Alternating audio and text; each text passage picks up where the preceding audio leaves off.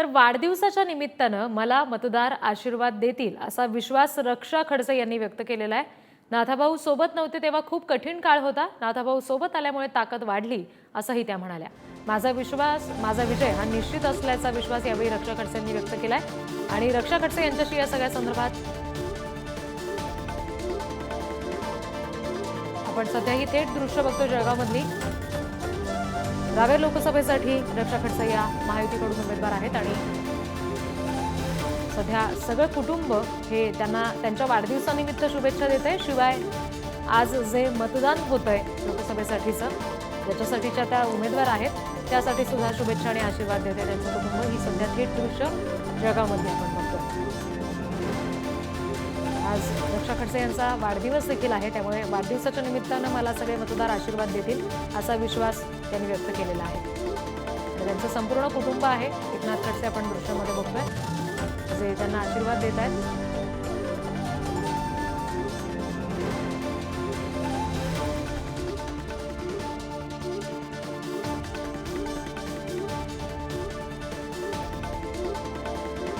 रक्षा खडसे यांचं हे संपूर्ण कुटुंब आहे जे त्यांच्यासोबत सध्या आहे। आज त्यांचा वाढदिवस सुद्धा आहे, त्याच्यामुळे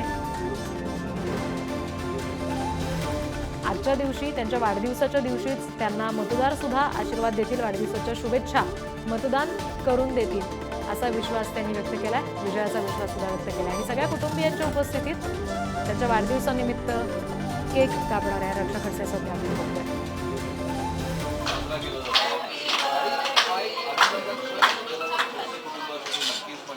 ज्या पद्धतीनं आजचा दिवस सगळ्यांना महत्त्वाचा आहे, मतदान सुद्धा आज होतंय आणि त्याचबरोबर कुटुंब सगळं एकत्र आहे, एकत्र दिसतंय। हा दिला जाणारा संदेश हा सगळ्यात महत्त्वाचा आहे। याच्यामध्ये कमी अर्थातच एका व्यक्तीची नक्कीच जाणवते। एकनाथ खडसे अर्थात नाथाभाऊ आपल्या सुनेला तिला मुलगीही मानतात, रक्षा खडसे ज्या उमेदवार त्यांना हे करतात। आत्ताच मंदा काकू यांनी सुद्धा त्यांचं आपण बघतोय की वाढदिवसाचं अभिष्ट चिंतन केलं।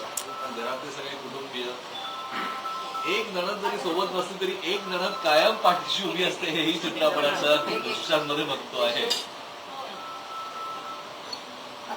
आजची ही निवडणूक सगळ्यात महत्त्वाची त्यांचा पक्षाच्या उमेदवार रक्षा खडसे लोकसभा निवडणुकीच्या आणि खरं तर त्यांचा बालेकिल्ला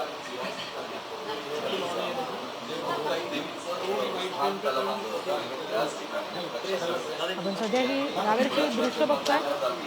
रक्षा खडसे यांचा आज वाढदिवस देखील आहे आणि त्या उमेदवार सुद्धा आहेत लोकसभेसाठीच्या।